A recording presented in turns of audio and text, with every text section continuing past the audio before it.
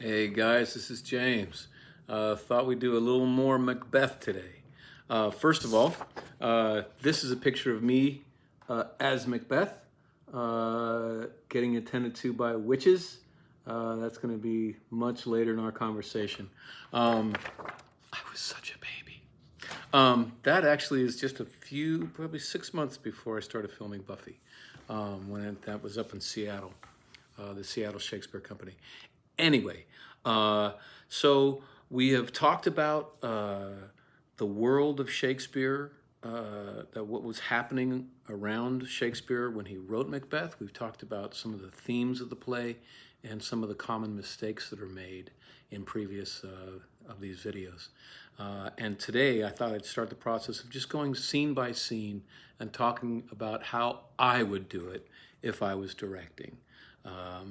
So the first scene, Act 1, Scene 1, is a very short scene with the witches, and they just are making a date with each other when they're going to meet again. And they say when the battle is over, and they're going to meet with Macbeth. Very short scene, usually done poorly. First impressions are really, really important. And I have seen a lot of productions treat the witches kind of dancing around in a circle as if they're incanting some spell, and it just looks silly. I think the witches need to be powerful and magical and horrifying and scary. So however one does it, it should be scary and horrifying and powerful. This is how I'd like to do it. In those days, a lot of spells, like I said before, there really was active witchcraft going on. There really were people who called themselves witches that were brewing brews and casting spells. And this was very real to the people of Elizabethan England. One of the important ingredients for spells and potions were the body parts of the damned. So someone who was going to be going to hell, if you could get their ear or their nose, that was a powerful ingredient for dark magic. A really good place to get that would be the execution of a criminal, or the best place would be after a battle. No soldier gets last rites. There's no priest that comes and gives those rites to the dead on a battlefield. And so all of the soldiers who die in battle are going to hell, and they know it. It was very common to see witches swarming battlefields, cutting up the bodies to be used in their dark magic. So I would just have I'd have these three witches not dancing around in a circle. I would just have them walking casually around a battlefield, snipping off ears and noses, and possibly digging into a stomach to get a good juicy bloody liver. And just not even explain that to the audience. Just leave it all hanging. Like, what are these people doing? They're just snipping body parts on a battle. Ugh, you know, just leave that unexplained. They're just the witches are just talking shop. You know, a lot of times the people are dancing around trying to be scary. Oh, when shall we meet again? In thunder, lightning, or in rain? Like that. Oh my God, so silly.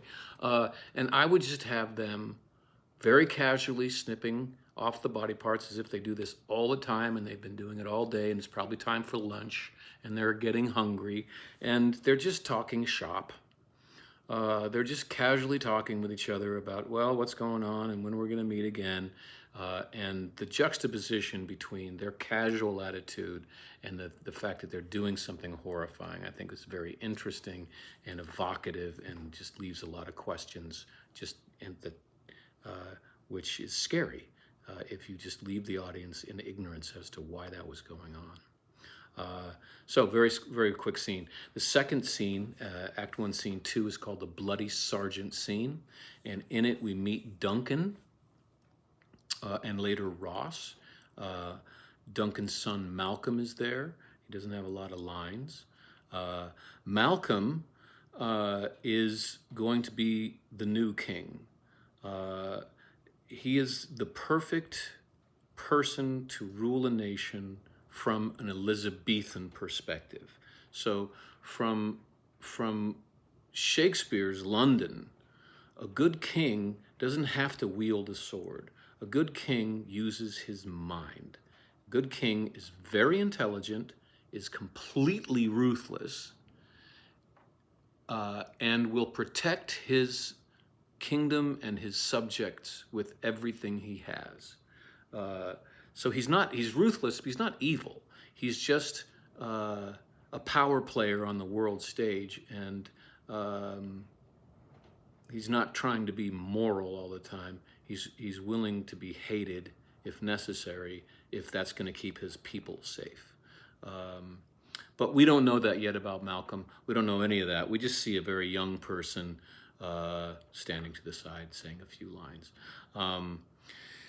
And in the scene, we learn that Duncan and Scotland is being invaded by Norway and by Ireland. So more than one country thinks that Scotland is weak enough that they can invade and take over. And what this tells me is that Duncan is weak. Duncan is so old that it's tempting neighboring kingdoms to come in and just try to take all the land. So Scotland is not in a good place right now because their neighbors see it as takeable. They carry a bloody sergeant fresh from battle who describes how Macbeth and Banquo just kicked ass in the battle and just creamed the Irish people, specifically the leader of the Irish battle. I forget the name, and it's described that Macbeth's sword was smoking as he was laying waste to all of the soldiers, and that he took the leader and cut him, as they say in the play, from the nave to the chops. The nave is, well, a penis, and the chops is the mouth. So he just cut the guy open in one stroke. And the speech kind of sets up Macbeth as the biggest badass of Scotland. And that Banquo is right behind him as far as how badass he is. So both of those characters are just superheroes on the battlefield, and we're told that very early on. Kind of brings up a side point.